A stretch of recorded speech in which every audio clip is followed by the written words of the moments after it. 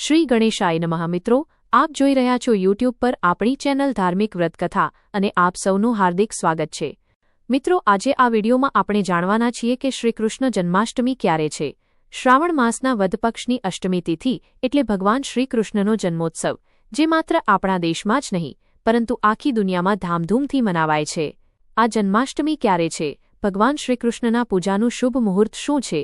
બીજા દિવસે નંદ મહોત્સવ ક્યારે છે? રોહિણી નક્ષત્ર ક્યારે પડે છે? અને જન્માષ્ટમી વ્રતના પારણા ક્યારે કરવાના છે, તે અંગે આપણે વિગતે જાણીશું। જો આપને આ વિડિયો પસંદ આવે તો લાઇક અને શેર કરજો, અને જો આપ પહેલીવાર અમારી ચેનલ જોઈ રહ્યા છો તો સબસ્ક્રાઇબ જરૂરથી કરી લેજો, જેથી આવનારા નવા વિડિયોની માહિતી આપ સુધી તરત પહોંચી શકે।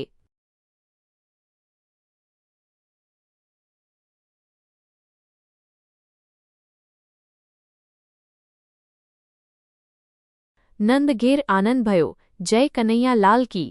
હાથી દિયા, ઘોડા દિયા અને દીની પાલકી। આજ તો આનંદ ભયો, જય કનૈયા લાલ કી, જય યશોદા લાલ કી, જય નંદલાલ કી। મિત્રો, સૌપ્રથમ જન્માષ્ટમીના પાવન અવસર પર તમામ ભક્તોને હાર્દિક શુભકામનાઓ અને મંગલકામનાઓ। હિન્દુ ધર્મમાં શ્રીકૃષ્ણ જન્માષ્ટમી પર્વ ખૂબ ધામધૂમથી ઉજવાય છે અને ભગવાન શ્રીકૃષ્ણના ભક્તો દુનિયાભરમાં વિખરાયેલા છે। શ્રાવણ માસની વદ પક્ષની અષ્ટમી તિથિએ ભગવાન શ્રીકૃષ્ણનો જન્મોત્સવ મનાવવામાં આવે છે।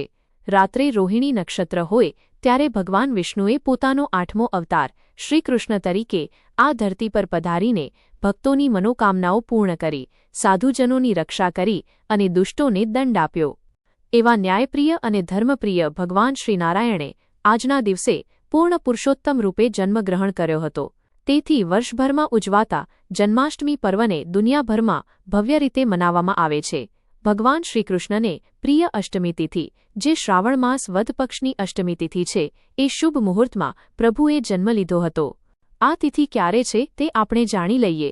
હિન્દુ પંચાંગ મુજબ શ્રાવણ માસ વદ પક્ષની કૃષ્ણ પક્ષની અષ્ટમી તિથિનો પ્રારંભ 15 ઓગસ્ટ 2025ની રાત્રે લગભગ સવારે 11:50 વાગ્યે થશે અને તેનું સમાપન 16 ઓગસ્ટ 2025ની રાત્રે લગભગ સવારે 9:30 વાગ્યે થશે।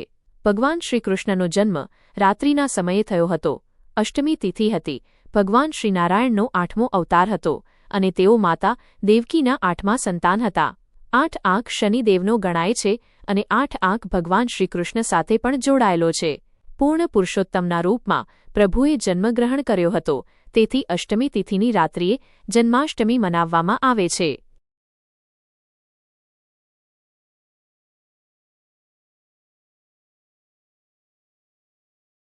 વર્ષ 2025માં જન્માષ્ટમીનો ઉત્સવ 15 ઓગસ્ટે ઉજવાશે। આ દિવસે રોહિણી નક્ષત્ર નહીં હોય, પરંતુ બીજા દિવસે એટલે કે 16 ઓગસ્ટની વહેલી સવારે લગભગ સવારે 4:08 વાગ્યે રોહિણી નક્ષત્ર શરૂ થશે અને તે 17 ઓગસ્ટની વહેલી સવારે લગભગ સવારે 6:20 સુધી રહેશે। નિશિથી કાળની પૂજાનો સમય 15 ઓગસ્ટ 2025ની રાત્રે 12:03 થી બપોરે 12:47 સુધી રહેશે। આ સમય દરમિયાન ભગવાનનો જન્મોત્સવ મનાવવામાં આવશે। વ્રત કરનારા ભક્તો પારણ પણ કરશે। પારણનો અર્થ છે -વ્રતનો સંકલ્પ પૂર્ણ કરીને તેને છોડવું। 15 ઓગસ્ટે રાત્રે 12:47 પછી પ્રભુનો જન્મોત્સવ પૂર્ણ થયા બાદ પારણ કરી શકાય છે। ઘણા ભક્તોનું માનવું છે કે જો અષ્ટમી તિથિ અને રોહિણી નક્ષત્ર એકસાથે ન આવે તો વ્રતનું પૂજન ઉદયાતિથિ પ્રમાણે કરવું જોઈએ। જે ભક્તો 16 ઓગસ્ટે જન્માષ્ટમીનું વ્રત કરશે તેઓ 17 ઓગસ્ટની સવારે 4:08 બાદ પારણ કરી શકે છે। આ દિવસે ચંદ્રોદય રાત્રે લગભગ સવારે 10:46 વાગ્યે થશે। ભગવાન શ્રીકૃષ્ણ ચંદ્રકુલમાં જન્મ્યા હોવાથી ચંદ્રદેવ જ્યારે આકાશમાં બિરાજમાન હોય ત્યારે પ્રભુનો જન્મ મનાવવામાં આવે છે। ચંદ્રદેવની પ્રિય પત્ની રોહિણીના નક્ષત્રમાં પ્રભુએ જન્મ લઈને ચંદ્રદેવને વધુ આનંદિત કર્યા હતા, તેથી શ્રીકૃષ્ણને ચંદ્ર પણ કહેવામાં આવે છે। જન્માષ્ટમીના દિવસે અમુક નિયમોનું પાલન કરવું જોઈએ, જેમ કે અન્નનું સેવન ન કરવું। જો શરીર ઉપવાસની પરવાનગી ન આપે તો સાત્વિક આહાર લેવો। ચા, દૂધ, કોફી, ફળ વગેરે લઈ શકાય છે, પરંતુ કોઈપણ વ્યસનનો ત્યાગ કરવો। માંસ, માછલી, લસણ અને ડુંગળી જેવા તામસિક પદાર્થોનો પણ ત્યાગ કરવો। માન્યતા મુજબ ભગવાન શ્રીકૃષ્ણનો જન્મ રાત્રે બપોર વાગ્યે થયો હતો, તેથી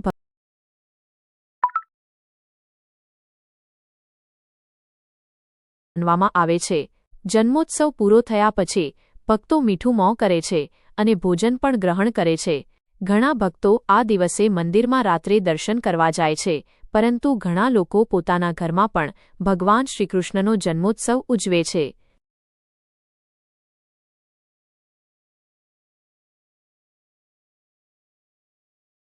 ઘરમાં પ્રભુની મૂર્તિ કે ફોટો હોય તેને પારણામાં ઝુલાવવામાં આવે છે અને આનંદ મહોત્સવ મનાવવામાં આવે છે। ભગવાનને વિવિધ ભોગ ધરાવાય છે।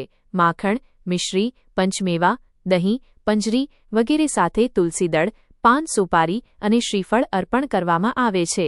પ્રભુને યમુનાજલ, ઇત્ર, ચંદન, કુમકુમ, અક્ષત વગેરે વડે સ્નાન કરાવીને સુંદર શૃંગાર કરવામાં આવે છે।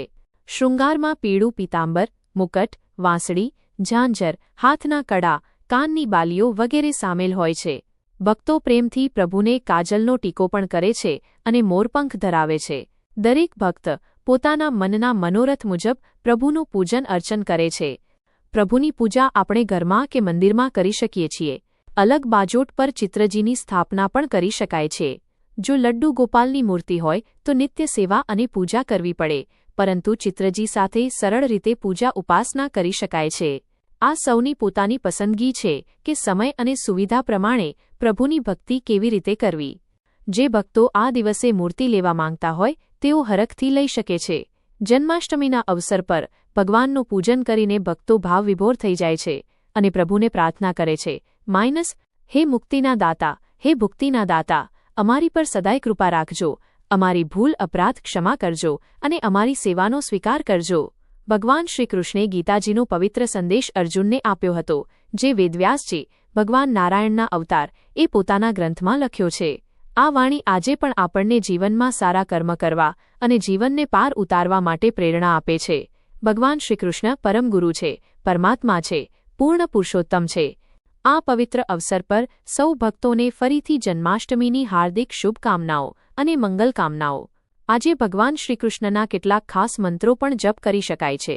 શ્રીકૃષ્ણાય વાસુદેવાય હરિપરમાત્મને પ્રણતક્લેશનાશાય ગોવિંદાય નમો નમઃ। હરે કૃષ્ણ, કૃષ્ણ કૃષ્ણ હરે હરે, હરે રામ, રામ રામ હરે હરે। રાધે કૃષ્ણ, રાધે કૃષ્ણ। શ્રીકૃષ્ણ ગાયત્રી મંત્ર, ઓમ દેવકીનંદનાય વિદ્મહે વાસુદેવાય ધીમહિ તન્નઃ કૃષ્ણ પ્રચોદયાત। બોલો ભગવાન શ્રીકૃષ્ણ પૂર્ણ પુરુષોત્તમની જય। મિત્રો, સાંભળવા માટે આપનો ખૂબ આભાર। આપ સૌને મારું હાર્દિક જય શ્રી કૃષ્ણ। રાધે રાધે।